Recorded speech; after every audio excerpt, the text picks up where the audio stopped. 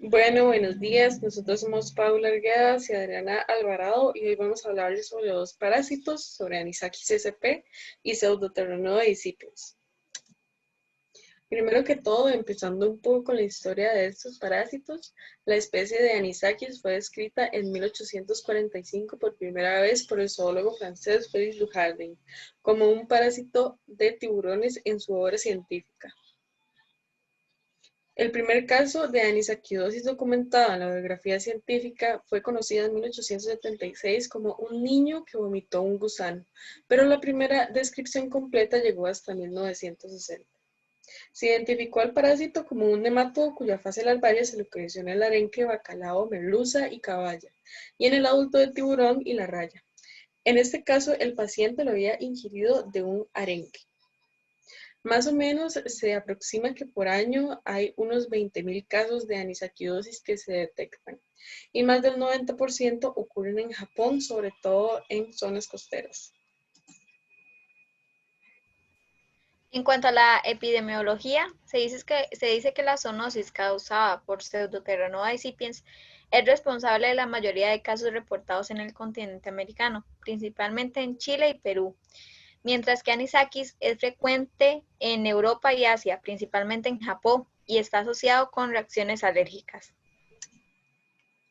Para la taxonomía, los nemátodos ascaroideos de la familia Anisakidae están comprendidos por 24 géneros.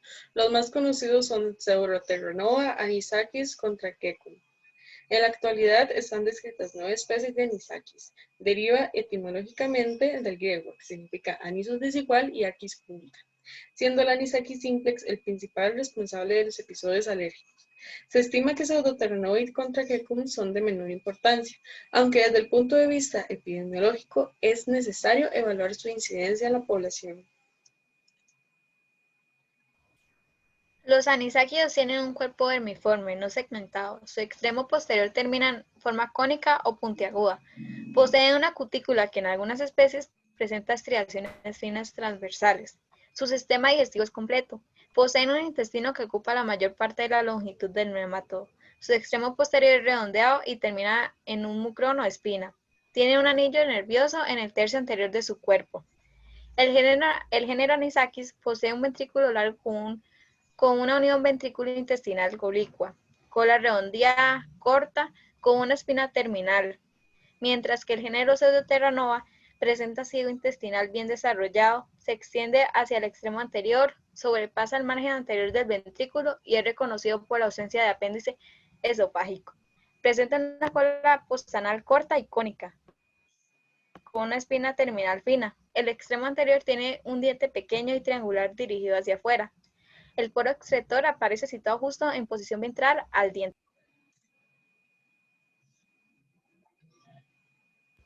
Y aquí podemos ver una imagen de Anisakis sp y de Pseudoterranoa discipiens. En el caso del ciclo de vida, lo primero que sucede en el ciclo es que el hospedero definitivo excreta los huevecillos no embrionados por medio de las heces.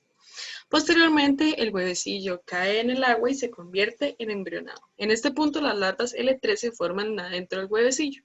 Después, las larvas L3 salen del huevecillo convirtiéndose en formas que nadan libremente en el agua. Las larvas son ingeridas por crustáceos y se desarrollan en el hemocele. Los crustáceos infectados son ingeridos por peces o por cefalópodos, y una vez la larva pasa por su digestión, esta migra hasta el mesenterio o al tejido muscular y puede ser transferido a los hospederos paraténicos por medio de depredación también.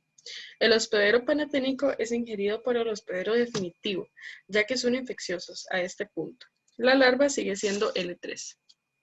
Los animales marinos definitivos ingestan peces o calamares que son hospederos paraténicos. Ahí la larva L3 se convierte en adulta en la mucosa gástrica. Y en el caso de los humanos se transmite vía ingesta de comida marina que esté cruda o poco cocida. La zoonosis generada por las larvas de estadio infectivo L3 de nematodos de la familia Anisakidae se denomina anisakidosis.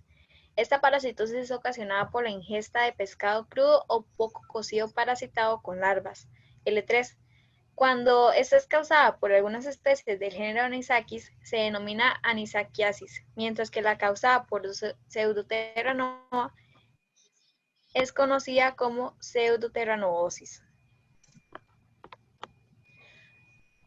La larva puede generar múltiples síntomas, aunque la mayoría pueden cursar asintomáticas. Se describen 3 cuadros clínicos: gastrointestinales, alérgicos y gástricos. En cuanto a las formas gastrointestinales, estas se asocian más que todo con parásitos del género Pseudoterranova discipiens.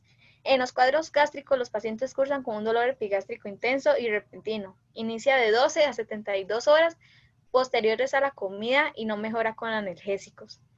Cuando está comprometido el intestino, los síntomas aparecen tardíamente. En estos casos prevalece la obstrucción intestinal, seguida por una perforación en el intestino. La infección también puede desencadenar respuestas alérgicas agudas que suelen aparecer entre 4 a 24 horas después de la ingesta. La reacción inmunológica en el humano puede ser aguda o crónica y está determinada por el tiempo de permanencia de la larva. El tipo agudo se caracteriza por eritema e hiperemia en la mucosa. Al aumentar la permanencia de la larva varios días, esta puede migrar hasta la submucosa y generar alteraciones de tipo crónico, con infiltración eosinofílica que termina en la formación de abscesos y granulomas. La larva muere de 8 a 24 semanas después de ser ingerida. En cuanto a las reacciones alérgicas crónicas, la urticaria es una manifestación común, además de la rinitis, dermatitis, conjuntivitis y asma ocupacional e infantil. Para el diagnóstico de anisakidosis se tiene en cuenta el cuadro clínico del paciente y el antecedente de consumo de pescado. El diagnóstico de un cuadro gastrointestinal exige la identificación de la larva, ya sea por medio de endoscopía o una biopsia.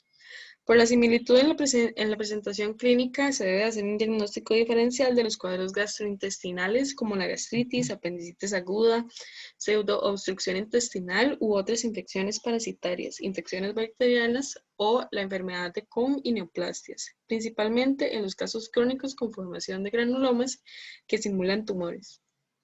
Para los cuadros clínicos alérgicos no es indispensable la observación directa de la larva, ya que los síntomas se atribuyen principalmente a la respuesta inmune del hospedero. Por ello se requieren pruebas serológicas o cutáneas como el test de Prick.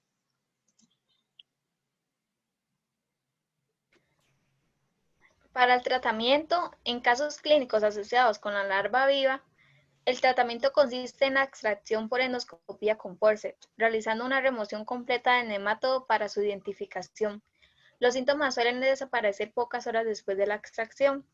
En casos con granulomas u obstrucciones intestinales se debe hacer una resección de los segmentos afectados. Se han propuesto tratamientos empíricos con antiparasitarios como el albendazol y mebendazol, que buscan erradicar la larva, pero aún no se conoce su efectividad. En las reacciones alérgicas, el tratamiento inmediato abarca antihistamínicos, broncodilatadores y vasoconstrictores en los casos más graves. Para la prevención, siempre es recomendable no comer pescado ni calamar crudo o no procesado por un tratamiento riguroso de congelación. Muchísimas gracias por su atención.